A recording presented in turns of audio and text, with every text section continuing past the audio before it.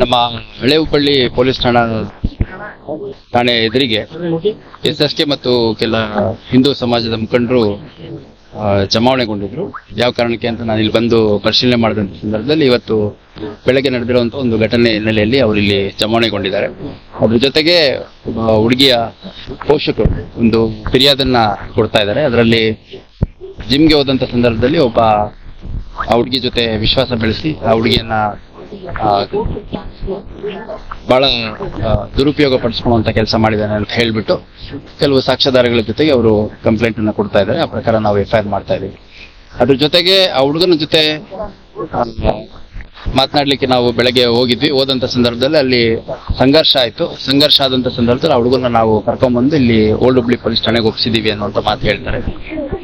ಅದಾದ್ಮೇಲೆ ಆ ಹುಡುಗಿ ಮನೆ ಹತ್ರ ಕೆಲವರು ಬಂದ್ಬಿಟ್ಟು ಮನೆ ಹತ್ರ ಗೊಂದಲ ಕ್ರಿಯೇಟ್ ಮಾಡಿ ಅಲ್ಲಿ ನಮಗೆ ಹಲ್ಲೆ ಮಾಡಿದ್ದಾರೆ, ನಮ್ಮ ವಸ್ತುಗಳನ್ನ ಅದು ಹಾಳು ಮಾಡಿದ್ದಾರೆ ಅಂತ ಕೂಡ ಹೇಳ್ತಾ ಇದ್ದಾರೆ. ಅದ್ರ ಜೊತೆಗೆ ಒಂದು ಪರ್ಟಿಕ್ಯುಲರ್ ಕಮ್ಯುನಿಟಿಗೆ ಅವಹೇಳನಕಾರಿಯಾಗುವಂತ ಕೆಲವು ಆಡಿಯೋಗಳು ಈ ಹುಡುಗ ಮಾತಾಡಿದ್ದಾನೆ ಅನ್ನೋದು ಕೂಡ ಹಲವಾರು ವಿಷಯಗಳನ್ನ ನನ್ನ ಗಮನಕ್ಕೆ ತಂದಿದ್ದಾರೆ. ಆ ಕುರಿತಾಗಿ ಅವರ ಅಡ್ವೊಕೇಟ್ ಕಡೆಯಿಂದ ಏನ್ ಕಂಪ್ಲೇಂಟ್ ಕೊಡ್ತೀರಾ ಕೊಡಿ ಅಂತ ಹೇಳಿದೀವಿ. ಅವ್ರು ಏನ್ ಕಂಪ್ಲೇಂಟ್ ಕೊಡ್ತಾರೆ ಆ ಪ್ರಕಾರ ಕಂಪ್ಲೇಂಟ್ ಅನ್ನ ಪರಿಶೀಲಿಸಿ ಅಗತ್ಯ ಕಾನೂನು ಕ್ರಮವನ್ನು ಕೈಗೊಳ್ಳಲಾಗುತ್ತೆ. ಎರಡು ಕಡೆಯವರು ಕಂಪ್ಲೇಂಟ್ ಆಗುತ್ತೆ. ಇವಾಗ ಆ ಕಡೆಯವರು ಕೂಡ ಕಂಪ್ಲೇಂಟ್ ಕೆಲವು ವಿಷಯಗಳನ್ನ ಕೋಟ್ ಮಾಡ್ಬಿಟ್ಟು ಹೇಳಿ ಡ್ರಾಫ್ಟ್ ಮಾಡ್ತಾ ಇದ್ದಾರೆ. ಅವರು ಕೂಡ ಕೊಡ್ತಾ ಇದ್ದಾರೆ. ಅಶೋಕ್ ನಗರದಲ್ಲಿ ಬೆಳಗ್ಗೆ ಮೊದಲನೇ ಇನ್ಸಿಡೆಂಟ್ ಆಗಿರೋದು. ಅದಾದ್ಮೇಲೆ ವಿದ್ಯಾನಗರ ಪೊಲೀಸ್ ಸ್ಟೇಷನ್ ಲಿಮಿಟ್ಸ್ ಅಲ್ಲಿ ಆ ಹುಡುಗಿ ಮನೆ ಹತ್ರ ಗಲಾಟೆ ಆಗಿರುವಂತದ್ದು. ಅದಾದ್ಮೇಲೆ ಅದನ್ನ ಹೊರತಾಗಿ ಕೂಡ ಕೆಲವು ವಿಷಯಗಳನ್ನ ಅವ್ರು ಹೇಳ್ತಾ ಇದ್ದಾರೆ. ಹಂಗಾಗಿ ಎರಡು ಕಡೆಯವರು ಏನ್ ಕಂಪ್ಲೇಂಟ್ ಕೊಡ್ತಾರೆ ಅದನ್ನ ನಾವು ಪರಿಗಣನೆ ಮಾಡಿ ಅಗತ್ಯ ಬಿದ್ದ ಕಡೆ FIR ಮಾಡಿಕೊಂಡು ಅಗತ್ಯ ಕಾನೂನು ಕ್ರಮವನ್ನು ಕೈಗೊಳ್ಳಲಾಗುತ್ತೆ. ಅವ್ರು ಏನೇನು ಕೊಡ್ತಾರೋ ಎಲ್ಲದನ್ನು ನಾವು ತಗೊಂತೀವಿ.